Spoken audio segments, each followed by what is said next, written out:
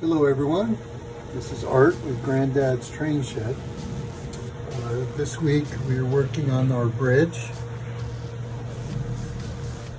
So we had to cut down the abutment to make them work with the way our system is with the height. So let me just give you a little show and tell here.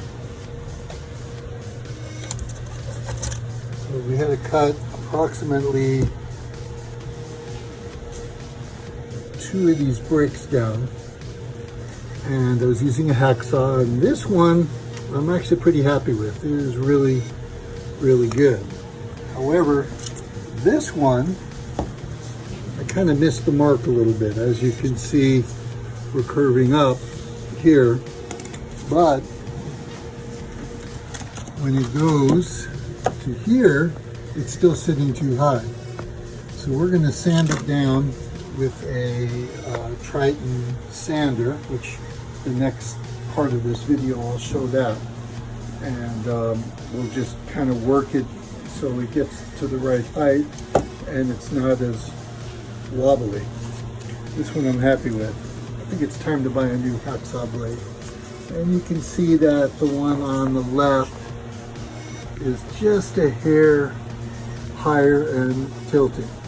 So I'll be back with you in a second once we're ready to do a little adjustments. Okay, we're back. Wish me luck.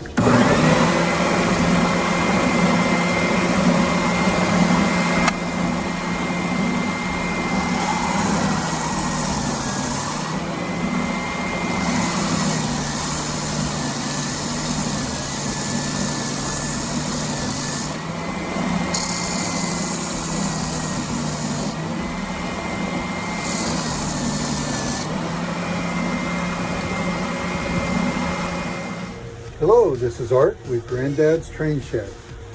Today we're looking at making a river. So we have our bridge in place. It's just temporary right now, and where our storefront will be. And we're going to have a river behind it. So I'm looking at it from some different ideas. That number one, it's a limited view, and this is a small layout. So how do I approach this? So my thought process is that from this angle that you see, you really can't see where the river's going to or coming from, depending which way you want the water to flow. So I think we could play a little game of perceived encouragement, let's call that.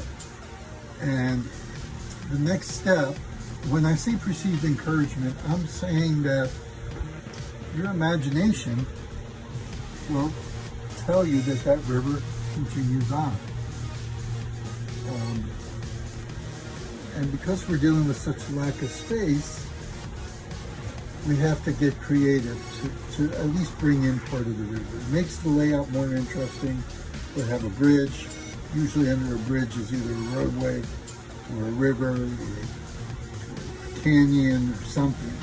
So I think this is what our approach will be. Let me start carving this out and we'll show you what we're doing. Okay, I am back. So we have our foam cutting tool. It's all heated up and ready to go. And we're going to start to carve out the river. Now, there's no right way or wrong way to do this. Mother Nature created the Grand Canyon, and some of our greatest rivers kind of just did her thing. So we're going to do the same thing. The main thing is I want to establish a slope where I'll hold this at an angle and make my deepest part in the center. Now the perception of this is that once it's filled in with resin and sand and pebbles and rocks,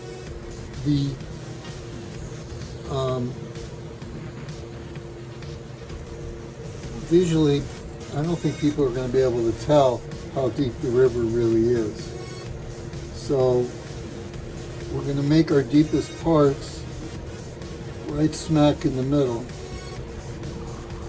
And the river is going to curve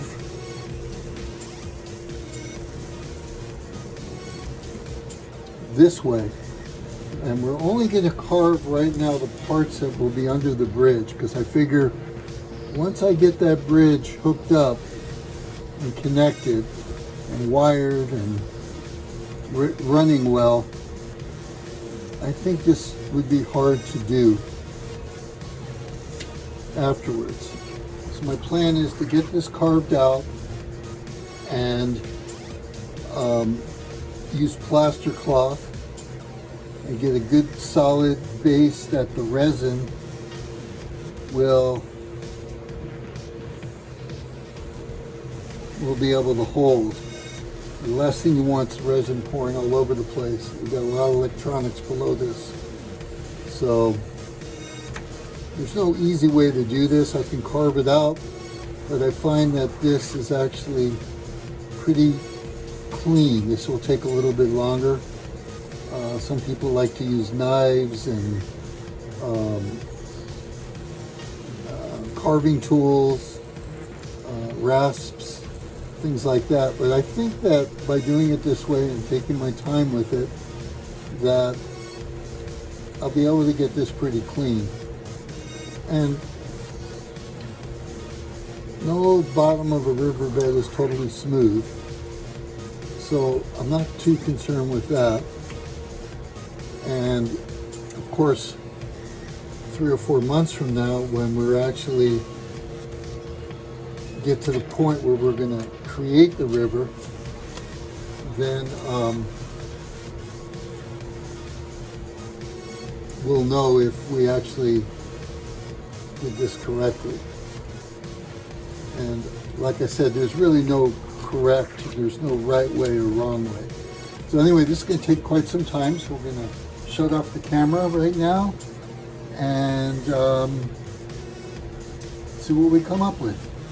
Okay, we're back after doing some carving. So those of you who have carved before with knives and rasps, you know how messy that is. Doing it this way, this is really my mess. This isn't bad. This is easy to clean up. Not a lot of residue.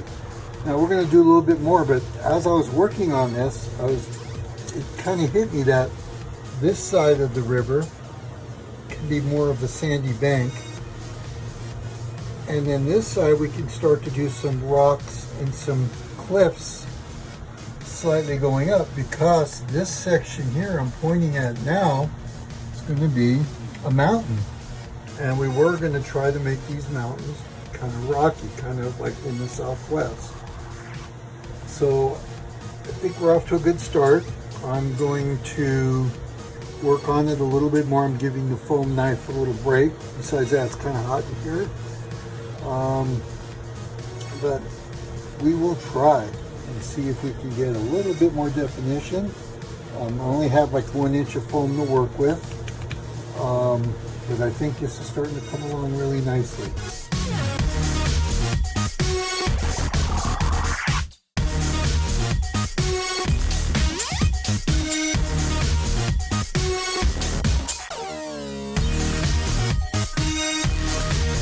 Hi there, Art with Granddad's Train Shed.